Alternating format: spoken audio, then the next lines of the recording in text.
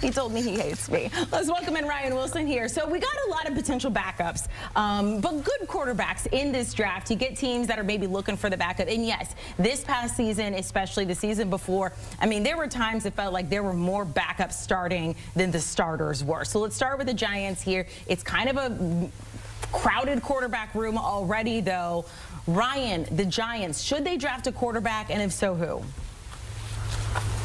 Yeah, so you talk about Mike Renner's mock draft, and it certainly makes sense at 3 to consider a quarterback, and certainly Shedeur Sanders would be a very good option for the Giants. But if they wanted to take someone else, maybe a Travis Hunter, and then circle back in rounds 3 or 4, because this feels about the range where this young man might go. Kyle McCord could be an option, and Kyle McCord transferred from Ohio State to Syracuse, where he absolutely balled out in 2024, set the ACC passing record all time with his performance, and he got so much better that he went from guy who was likely not going to get drafted to probably an early day 3 pick. I like him in round 2. This is his pro day. I was there on the left. You can see me over there with the big Kyle McCord little doll that I had because I was so happy for the way he played here.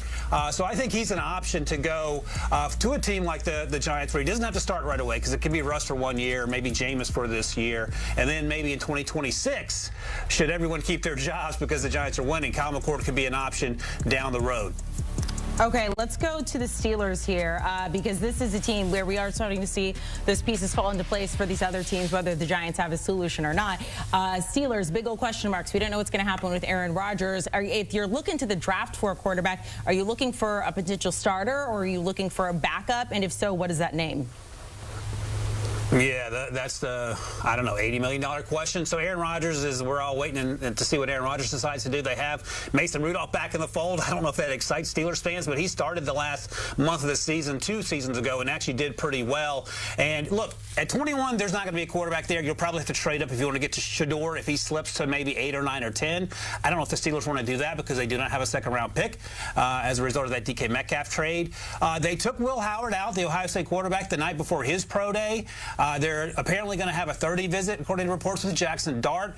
But I would consider Will Howard very seriously. Arthur Smith, Mike Tomlin, Omar Khan were all at the Ohio State pro day because they're going to have 50 guys get drafted, but also because they were looking very closely at Will Howard, who is 6'4", about 240, has a big arm, is a really good athlete, and played great down the stretch, Amanda. And he's a guy that's probably going to have to take in the 3rd round. And like I mentioned, they don't have that second-round pick the Steelers do, but they do have pick number 83, and that feels about the spot where Will Howard could be available to them as a developmental guy, where you roll with Mason or Aaron Rodgers or whomever in 2025, and then give the keys to the car to Will Howard in 2026. A team with the top pick in this quarterback is a top pick in this draft is the Browns.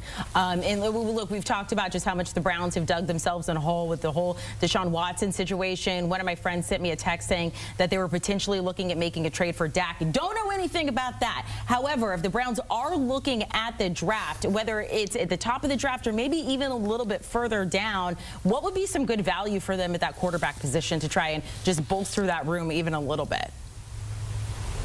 Right. We know Cam Ward's probably going 1 to the Titans, and then do the Browns take Shedeur at 2? Does Shedeur want to go to Cleveland? That's a whole other conversation. Kenny Pickett, we saw in the graphic, they traded for a few weeks ago, so he's penciled in as the possible starter while Deshaun Watson recovers from his latest injury.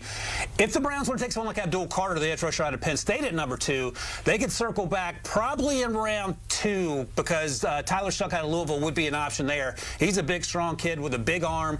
He'll be 26 during his rookie season. He has played a ton of ball. He was at Oregon, he was at Texas Tech, and then most recently in Louisville, where he had his best season. The issue with Tyler has been injuries, but he's by all accounts a good kid, and teams like Tyler a little better than I do as a quarterback long term, but I'm just one man's opinion. But I think he gives the Browns an option should they not be in on Shedeur at number 2 and want to get an edge rusher opposite Myles Garrett like an Abdul Carter, and then Tyler Shough can come in and play in year 2 perhaps if Kenny Pickett has to have the reins next season for Cleveland. I've liked all of those. I like these next 2 very much, though. You said the Jets should actually look at Jalen Miller. Of course, they have Justin Fields there.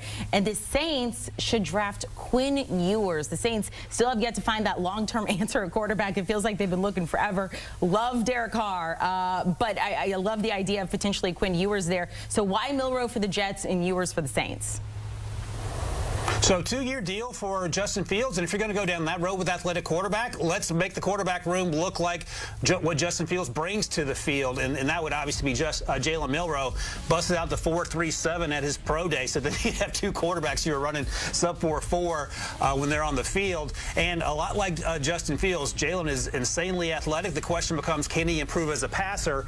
And if you can find ways to get the most out of both these young players, then you have an offense you can build around. We've sort of seen the Ravens do that, trying to get athletic quarterbacks behind Lamar Jackson. Now, Lamar Jackson's a pocket passer, but he also can win with his legs, and we've seen that. In terms of Quinn Ewers, he's a really good player when he's healthy, and he feels like a guy that could excel in Kellen Moore's offense. Derek Carr restructured his deal to save them a little money, and we'll see how Kellen Moore feels long-term about Derek Carr, who's now into his 30s. And like I said, Quinn plays on time. He has a big arm. He can make every throw. It's just been the health concerns, and if you can build an offensive line to protect him, he's a guy that can come in and probably play sooner than later, even with my guy Spencer Rattler currently on the roster as well. Just totally off topic, you told us you're playing pickleball. I would like to let you know that people are getting a lot of broken bones and torn ACLs from pickleball, so you should probably stay away from it, and you'll look a little cooler, Ryan Wilson. Oh my goodness. What? He knows.